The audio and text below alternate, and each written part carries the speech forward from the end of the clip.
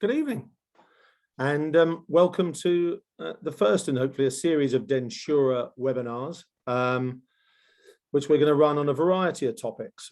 Some of them are to do with insurance, some of them to do with the law, some of them are to do with just dentistry in general. And I'm delighted to have with me this evening Sarah Buxton from FTA Law. Sarah's probably a much more familiar face to the dental community than mine. So Sarah's very well known because she's very helpful to dentists in terms of how they run their practices from a legal perspective, and we're going to talk a little bit about that later. But the subject tonight is one that's been bubbling along for a very long time. In fact, the whole issue of vicarious liability was one of the reasons we brought Densura to the market way back about 8 years ago, when we put it together with Oasis, because they were seeing an increase in the number of claims being brought against Oasis as a corporate, as opposed to individual dentists. And in recent times have been a number of different cases. And tonight, what we just wanted to do was run through the background to the whole issue of vicarious liability, and then talk about a little bit about what you can do to protect yourself from an insurance perspective, things to look out for, and then go on to, I think, probably one of the most important parts, which is how to look at it from a legal perspective and associate contracts.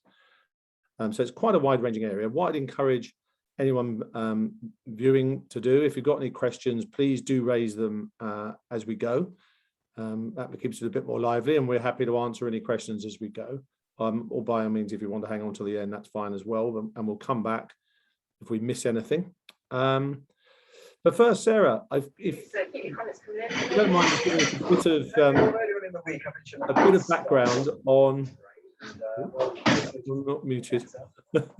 A bit of background on the whole issue of vicarious liability, and wonderful subject, but I love it. Non-delegable duty of care. Sounds terribly dry. What's it all about? Yeah, absolutely. Well, from a lawyer's perspective, it's been quite exciting over the last few months, especially for somebody who works in the dental industry, because of the changes that have happened. And I think it's important to note that vicarious liability and non-delegable duty of care have been around for an awful long time. And vicarious liability is whereby an employer is responsible for the actions of an employee, and now it also appears to be responsible for the actions of a self-employed person or contractor. And the most common, if we start with that, the most common situation where I would deal with this previously is the Christmas party scenario, and that is because as an employer, you are responsible for the actions of your employee. That's the whole vicarious liability term and what it means. And in January, not last year, but probably this year, I will deal with lots of claims in the employment tribunal, where an employee will bring a claim against their employer for the actions of another employee, because the employer is vicariously liable for the actions of the employee. And usually colleagues may do something at the Christmas party that they wouldn't ordinarily do, especially if they've had a few drinks.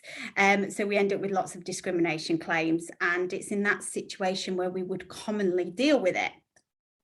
And that's moved on because we've had some cases that we're going to go into this evening, whereby it's not only the employer being responsible for the employee's actions, but it's also now for the contractor or self-employed person's actions as well.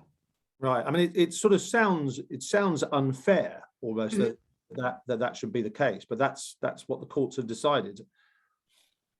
I mean, how fixed is that, do you think? I think it is fixed in terms of we would say each case is on its own merit, so it depends. It's very fact specific to each case. However, we've had 3 or 4 cases that have all decided the same thing in respect of self-employed individuals, and it tends to be that once we've had one case, it opens the floodgates. So it's always been around employer-employee, and I think all that's happened now is it's been extended. So it is something that you should be concerned about. Previously, when I've talked about vicarious liability and the situation in the Christmas party, for example, people are always quite shocked because they didn't realise that that was the case. Right. So how can I be responsible for somebody else's actions? And it's actually because you're as an employer or somebody who engages self-employed persons, you're given a responsibility, or you're seen by the legal professional judges to have more responsibility and should be taking responsibility for your actions. Right. Okay.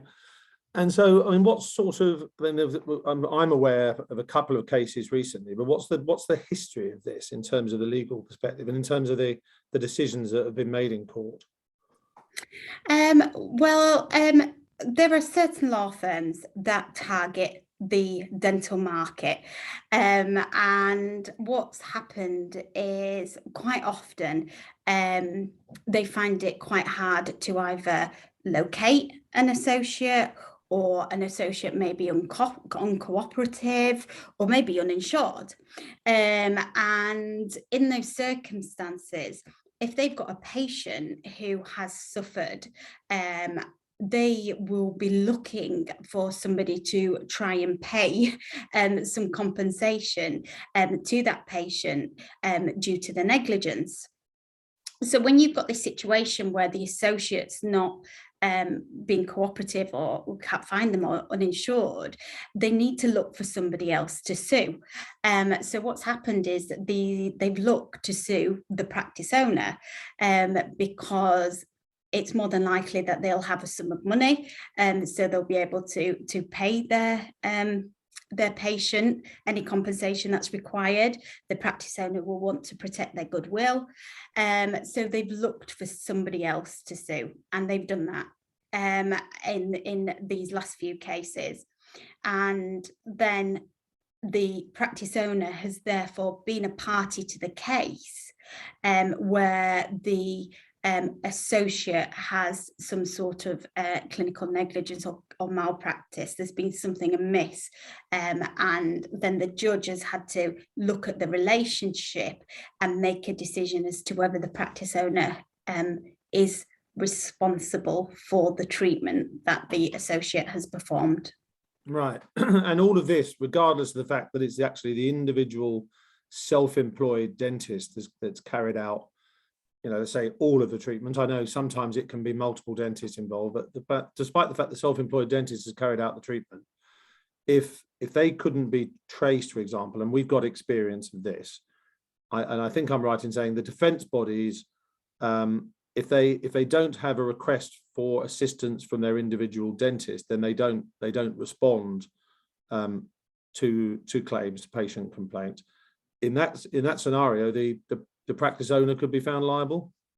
Yeah, absolutely. There's a case where it was heard in Leeds County Court, and I say that because we're based near Leeds, and what they did in that situation is they brought the case against the limited company, where the practice owner, if you like, because the associate had not notified his insurance provider, so the insurance provider declined to cover in those circumstances, so they couldn't find the associate there, and the insurers were not taking responsibility, so they sued the limited company, and it was found that the limited company was vicariously liable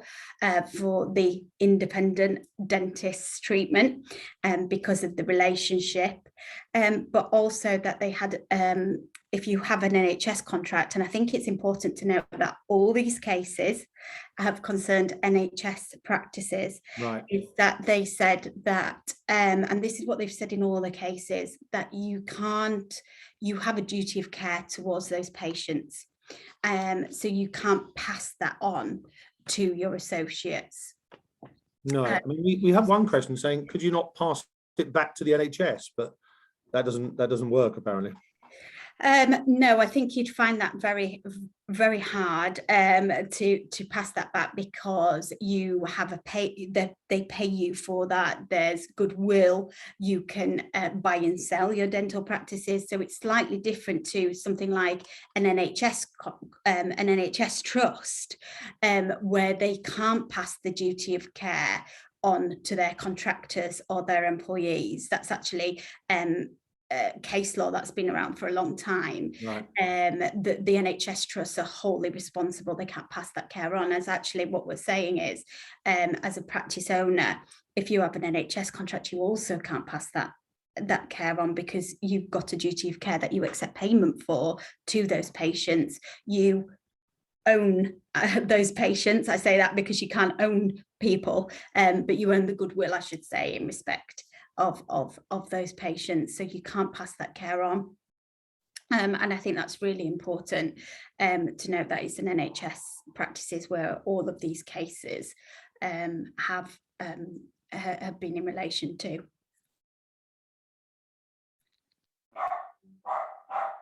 So, I mean, in terms of sorry, I've got a barking dog in the back. I knew this would happen. So in terms of what practices can do to protect themselves from that, I'm going to talk in a minute about the insurance, but from your side, what would you be advising? Okay, well, if we look at one of the cases, which is Hughes and Rattan, it was an NHS practice, and they had the British Dental Association agreements in place. And why the judge decided that the practice owner was vicariously liable is he looked at factors in respect of control.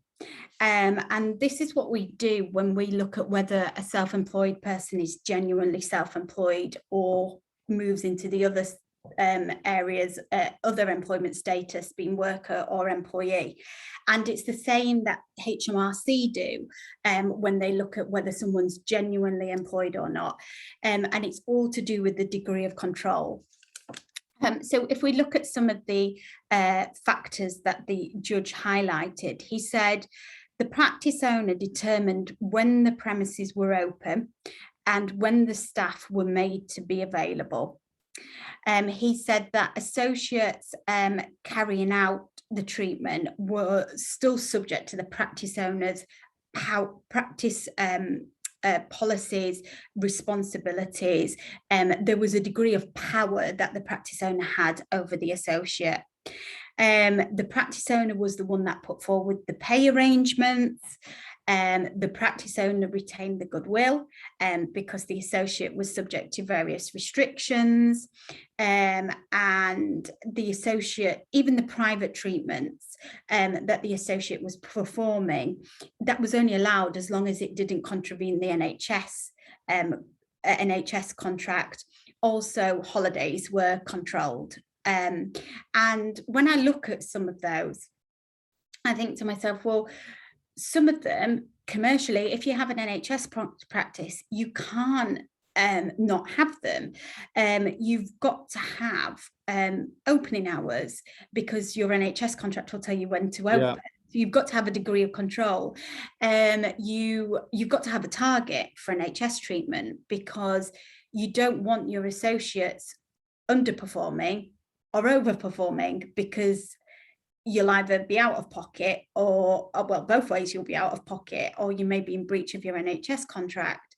So there are some things that you can do, like reviewing your associate agreements and taking out anything which is all about control. So we can take out a holiday clause. Right. You don't have to tell an associate how much holiday to take. There would be, you don't have to restrict their activities, what they do post termination. You may want to for commercial business reasons, but you don't have to. So there's certain things that we can change. And I think that's the starting point. Once you've done that, the next thing is to look at how we can protect ourselves in respect of what happens if there is a claim and I don't want this to be vicariously liable for the clinical treatment. So if that happens and you as practice owner are sued, you will want what we call an indemnity clause in the associate agreement, whereby if you can find the associate, you can go back and sue them for your losses as a result of their treatment. You will want to be able to have the control and know their indemnity providers are. I often find, Kevin, in practice that an associate agreement will say you have to be you have to have professional indemnity in place. But I think you need to go one step further and have information about that indemnity. So once a year, you need to be checking and having that on file. And also you need to have permission to contact and be able to notify that indemnity provider, so we don't get caught up in the case that we mentioned earlier. But one of the problems, I think, with that, and it's not knocking the defence bodies, because actually, I think by and large they do a good job, but their rule that if they don't have a request for indemnity from their member, they won't provide indemnity, means that if a dentist perhaps has returned overseas, then there won't be any cover. And I suppose that plays. I'm just sort of jumping in. That plays into my area of making sure that the insurance protection does offer the practice owner that vicarious liability coverage. But sorry, you're going. You carry on. No, absolutely. I agree, because I do think that is the next step, because I find in practice so many people just do what they've always done. So we take out the same insurance, or this is what somebody 10 years ago told me to do. But the law and the profession has changed so much that what we need to be doing as a responsible practice owner or manager is we need to be searching the market for the best product, and the best product is with people that understand the industry. And just because we've always done something doesn't mean that we can't change it or that it's the right thing to be done today. So insurance is definitely one of them, and agreements is another one. Just because you've always used a certain template agreement doesn't mean it's the right thing today, because some of these cases actually suggest that it's not the right thing for you.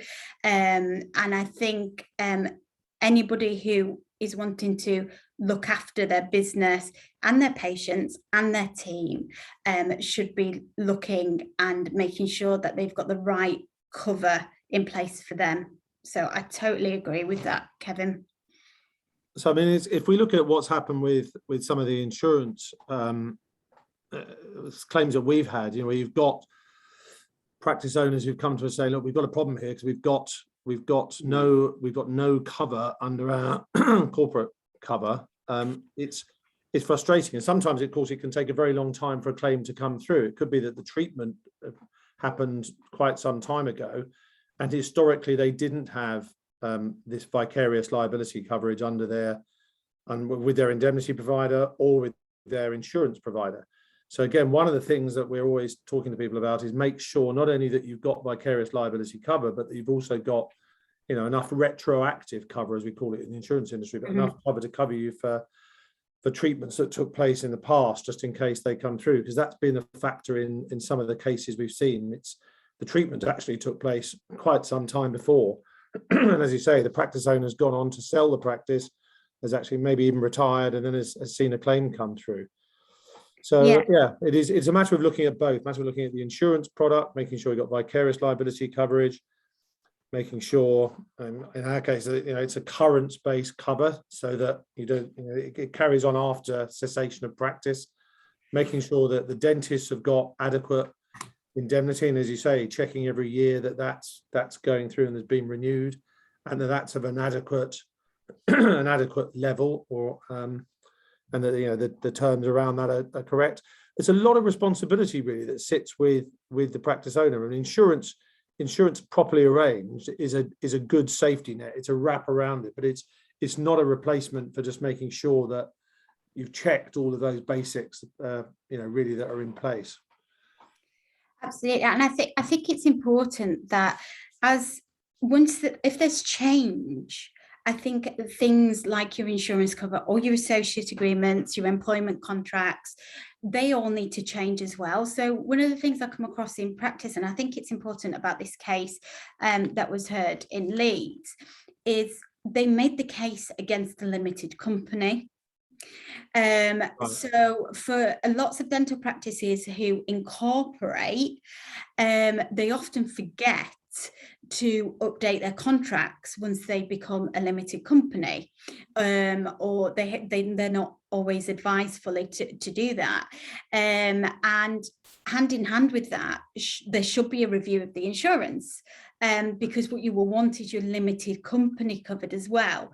So we have these situations where we might have private income in your limited company and your NHS contract in your sole name. Well, you need to make sure that everybody's covered in those circumstances, as you may just have your business insurances or your contracts just in your sole name, but actually that's probably incorrect. You probably need them in either both, or you'll need a set of contracts in the limited company and certain secondment clauses and so on. So depending on your structure, if you change it, and it's usually on accountancy advice, because there'll be some tax saving in there, you need to look at everything that helps you manage your business, and I think that's insurance and your contracts. Because we had a query recently from a practice owner who owned multiple practices, and all of the practices were, or the vicarious liability really for all of them was insured through his own dental defence organisation membership, which just seemed to be a little bit risky to have it that way. So our advice there was to ring fence the liability from a vicarious point of view by putting in place a corporate cover. And one of the questions came back, which was whether there was any difference really between LLPs and limited companies in terms of structure and what that should mean. I mean, from an insurance perspective, there isn't in terms of how it's set up, but from a legal perspective, is that the case as well? It doesn't make much difference, or how does it work? And there's not much difference from a legal perspective, apart from it is very, very rare that we come across dental practices that are set up with LLPs. They tend to be limited companies or still remain in the sole name of the provider, and that's purely because they're a LAT that won't allow them to put their NHS contract in the name of the limited company. So this is where we have these structures, because usually from a tax advantage, it's better to be limited company. It's very rare that we do come across LLPs, but it's exactly the same if you were becoming a limited liability partnership, or there's change. So as soon as you think there's something changing in my business structure, it should be, I need to check my insurance and I need to check my contracts are right. I've dealt with quite a few claims where people have gone from practice owner to limited companies and not transferred the staff. Right. So the staff are still don't know where they sit, and it's really important that because the employees can have claims. So I just think it's about making sure that if you take advice from your accountant to do something, probably take advice from your lawyer and take advice from your insurance broker, and just make sure, because usually if we're all working together because we want the best for that client. So just make sure you take advice from all different people if you changes on the card. Now, the other thing lurking in the background with all of this, of course, is HMRC and the view that they're taking. So there's a big discussion there which is worth touching on, and how, you know, if your dentists are truly independent, then they, you know, does preserve their self-employed status. But we know that HMRC and what's recently happened in Wales with them shining a light on the self-employed dentist and really saying it's the onus of proof now is it's Yeah. really back on them to prove, on the practice owners to prove that the dentists are self-employed. Any sort of thoughts on that and how that feeds into this discussion? Yeah, absolutely. I think what's important is that to know we talk an awful lot about dental associates because these cases have concerned dental associates, but HMRC have updated their guidance to say what it used to say is, look, if you use the BDA template contract, we'll turn a blind eye and we won't look into you. And they've removed that guidance because what they're saying is we're not, just because you have a contract in place doesn't mean that actually that person is genuinely self-employed. What's important is the relationship. And in these cases about vicarious liability, the contract's the starting point, but what's important is the relationship, how you treat them. And it's the same for HMRC, it's the same in the employment tribunal. So the more control you have, the more likely that we move across from being genuinely self-employed into worker or employee status.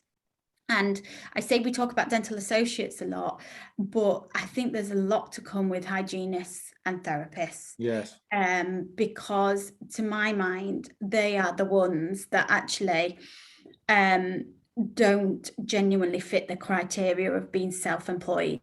They don't tend to substitute or put a locum in place. They're usually paid an hourly rate. There will be treatment undertaken by the hygienist and therapist, and it goes back to, again, making sure you've got the right cover in place to make sure that they're covered as well under your policies, and to make sure that you've got the right contracts in place. And I think we talk an awful lot about dental associates, but I think there's more to come with hygienists and therapists. And I think what we need to do is, again, reset and relook at the relationship we want and make sure that we've got the contracts in place to reflect that relationship. I mean, it's I think that's really good advice. And again, under Densura, we do offer cover, say, for all of the associates and hygienists and nurses, and also on a self-employed basis.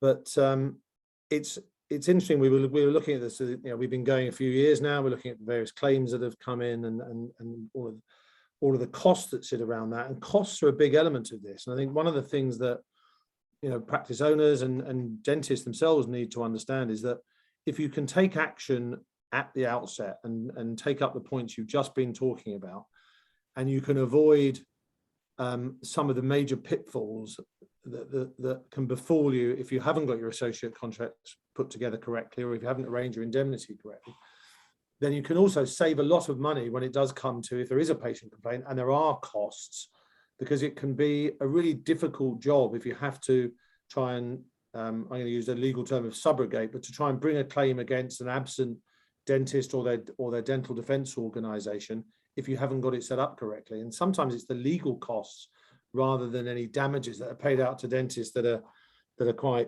crippling, really. Oh, absolutely. I mean, one of the things that I deal with quite often is legal expenses insurance, which, again, people don't always know that they've bought.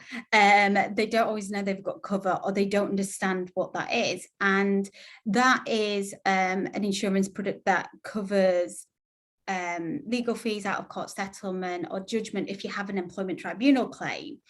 But what I find is that if the insurers do not understand the dental market, and your self-employed individual tries to make an employment tribunal claim, they'll say, oh, no, they're not covered under legal expenses because they're not an employee. And but they're trying to claim they are an employee. So we're in the employment tribunal trying to say that they're not, but we need some cover. And I think if you go with somebody that understands the market, you will have the right cover in place for you. It's so important that you take advice from somebody that understands the market. And I think that whole understanding the structure, hygienists, therapists, dentalists, how it all fits is so important to make sure that you've got the right cover in place. And what happens in those cases where the legal expenses insurers turn around and say, I'm not covering you because they're self-employed, you then have to pay your legal fees because you've got no insurance package to cover you in those circumstances. And for an employment tribunal claim, paying privately on average £20,000, £25,000 in legal fees, right. And you don't get those costs back if you win your case. And you may think you've got insurance in place to cover you, and you haven't. And that happens quite a lot. So again, it's all about making sure that your insurance package, the management policies, cover all aspects and understand this industry. Yeah, and pick it all up, and it is that preemptive action. It's worthwhile just getting those policies out of the cupboard and checking them and making sure that covers all the things that we're talking about. Dentists are very good with prevention is better than the cure. Oh, that's right. They're very good with that. Yeah. Maybe not so much on the defence side, but it's it's certainly worth it. It's certainly worth a look. I mean, we deal. We're lucky enough to have as clients sort of 4 of the 5 largest corporates. That's where we started out our business. We now offer insurance to individual practices and a lot of the smaller corporates as well, and practice owners, as well as individual dentists. But one of the things we're trying to do with the larger corporates is come to an understanding of how claims will get dealt with between the defence body, between us as insurers, and the corporate and the overarching corporate policy. And I think one of the things that we can be criticised for as indemnifiers is not having that cooperation enough. So I would just say we are trying to work behind the scenes to get more cooperation between the various indemnity providers, but it's not always easy. I mean, what we've done at Densura is have the corporate cover and the dentist placed on the same cover, so that if there is a dispute, you've got a straightforward or a relatively straightforward cut through to the individual dentist policy, even if the dentist is absent and can't be traced. It doesn't happen all the time, but we've got enough instances of it for it to be a problem. So again, it's just looking at how those two things dovetail, the corporate cover and the individual dentist cover as well. And I think as the whole arena of dental indemnity evolves, this will become even more important. I mean, we're waiting on the results of the government consultation on indemnity. We've actually heard this week that's likely to be in early December now, and the likelihood is that the defence bodies will have to become regulated entities. There'll be no more discretionary indemnity offers. Of course, indemnity organisations don't have to indemnify the individual dentists. They can exercise their discretion. And I would reiterate, by and large, they do a good job. But going forwards, once that changes, and I think it will change, they will be regulated and they will have to provide an insurance policy. And that's going to mean, unfortunately, for the defence bodies, they'll probably get involved in charging insurance premium tax and the costs of regulation. And again, I think just with that changing landscape, it's important that practice owners, individual dentists, just are aware of where they get their indemnity from, how it's put together, is it discretionary or is it contractual? A lot of things to check and just make sure that they all work, really. Yeah, I agree with that. I think the landscape is changing. I think it's been a very strange 18 months to 2 years, where people have had a lot to think about, more so when the dental practice is closed and reopened, getting the team back on board, furlough, everything else. It's been absolutely crazy 18 months for a lot of people, but things have developed and changed, and I think it's great that we've got people here watching this, because obviously these are the type of people that want to know what the changes are to look after their businesses. And I think it's time to reset and just make sure that whatever the plan is for the future, that you do have the right foundations in place.